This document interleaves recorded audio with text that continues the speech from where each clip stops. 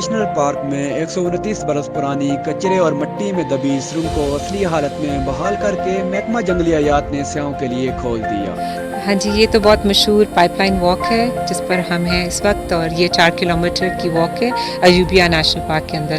और उसके एंड पर उनको एक टनल मिला है जो 1891 का बना हुआ था, जो आई थिंक मिलिट्री के यूज़ में था, अंग्रेज़ों के ज़माने का। और उस पर सारा कूड़ा था और उनको पता नहीं था कि वो टनल है नीचे, तो उन्होंने कूड़ा साफ़ किया। तो this is the ministry of climate change. तो वहाँ से बहुत खूबसूरत टनल निकला है और उसको उन्होंने बिल्कुल अच्छी तरह रिस्टोर किया है, बिल्कुल जैसे पुराने पत्थर, और बिल्कुल उसको ज़्यादा टच नहीं किया। वहाँ बत्तियाँ लगाई। ये टनल इस वक्त के फन तमीर का एक शाकार थी, जिसको इसी हालत में दोबारा मुरम्मत किया गया।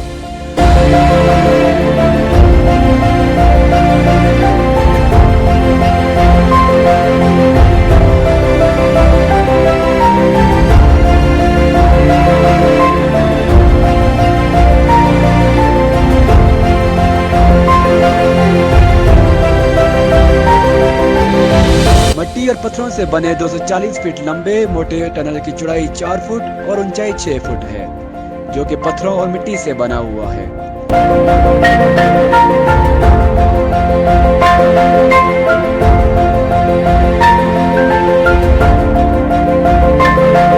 ये बहुत अच्छी एक जगह है हिस्टोरिकली और इकोलॉजिकली। आप देखेंगे तो इकोसिस्टम्स है अपने साथ साथ हिस्टोरिकल वैल्यू बहुत ज़्यादा है, तो इधर इको टूरिज़म की भी बहुत पोटेंशियल है। और साथ साथ आपके मुल्क के अंदर की टूरिज़म करने के लिए बहुत अच्छी जगह है। वॉक बहुत अच्छी है, अभी हम 4 किलोमीटर वॉक करने लगे हैं पाइपलाइन की, और अंदर हिस्टोरिकल वैल्यू और ये सब बहुत प्यारा है। फॉल के कलर्स आए हुए अगर आपको नज़र आ रहा है, और जी मैं कहती हूँ सबको इधर आना चाहिए।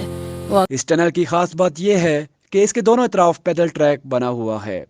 डूंगा गली से अयूबिया ट्रैक की लंबाई 4 किलोमीटर और अयूबिया से कोजा गली ट्रैक की लंबाई 10 किलोमीटर है।